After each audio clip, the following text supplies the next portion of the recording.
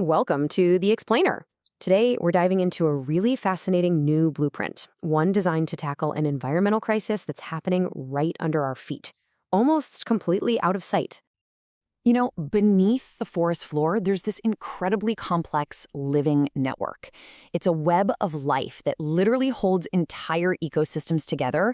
And right now, that web is in serious, serious trouble. So, on one side, you have a healthy forest. Everything's connected, resilient, water and nutrients are flowing like they should through this amazing fungal internet. But on the other side, well, that's what a disconnected forest looks like. Trees are struggling, they lose their vigor, and when a drought hits, the whole system can just collapse. So, what in the world is causing this breakdown? Well, the culprit is something we're all familiar with: microplastics.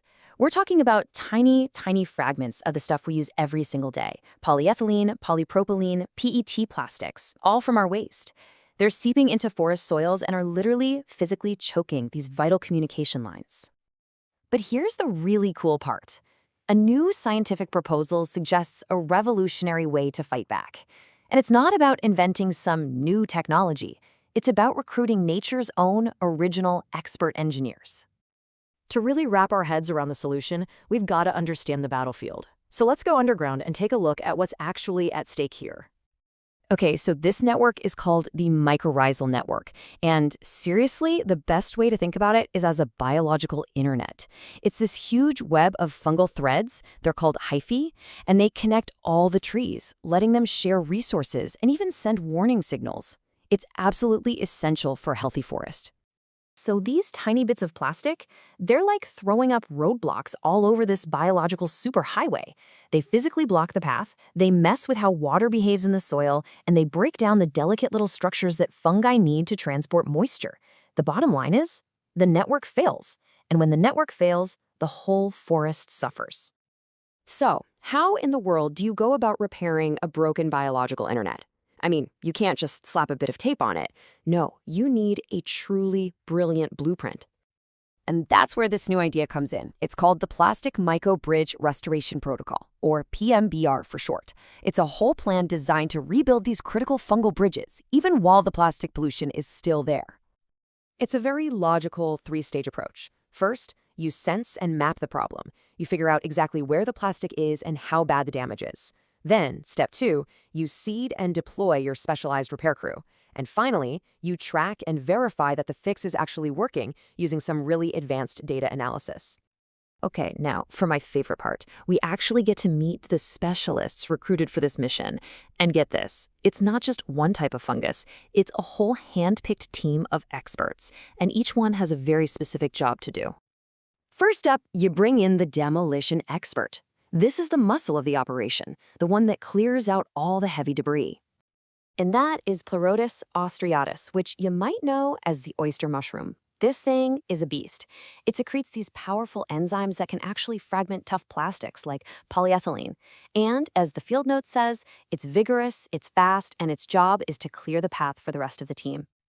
Okay, so once the heavy demo is done, the surface specialist gets to work, targeting different kinds of plastic on a much finer scale.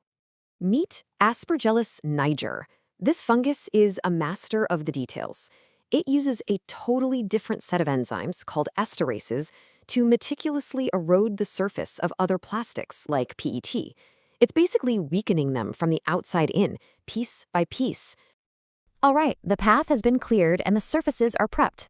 Now it's time for the network stabilizer, the engineer, to come in and rebuild the entire infrastructure. And that is the job of Ganoderma lucidum, the reishi mushroom. It weaves these incredibly dense, water-loving mats of mycelium that act like brand new highways, creating stable pathways for water to start flowing again and reconnecting the whole system.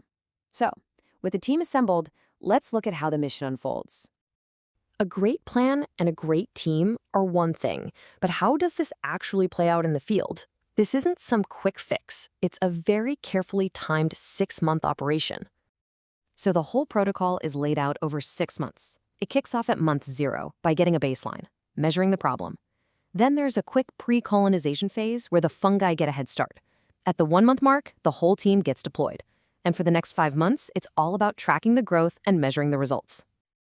And one of the key tools for this mission is just brilliant: perforated logs. They're not just any old logs, they're carefully prepared to be like little mobile bases or bioreactors. They give the fungal team a safe, protected place to get established before they launch their repair mission into the surrounding soil. But how do the scientists actually know if all this is working? I mean, you can't just stare at the ground and see it. Well, they have some pretty clever ways of checking the network's pulse from deep underground.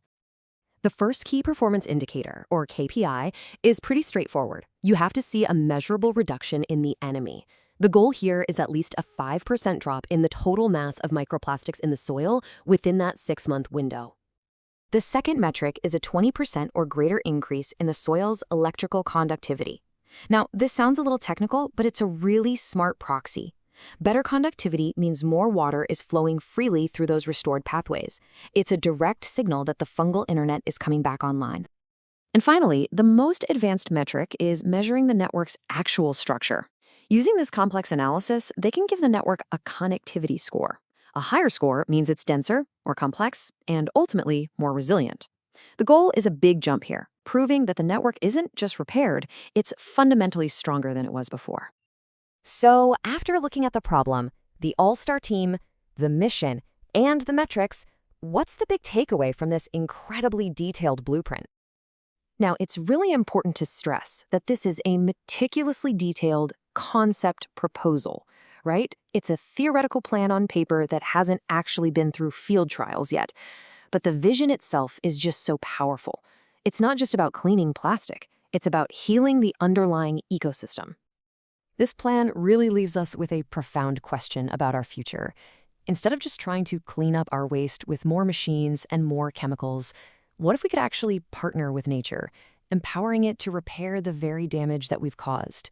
It's a blueprint for restoration, sure, but it's powered by the oldest and most successful engineers on the entire planet.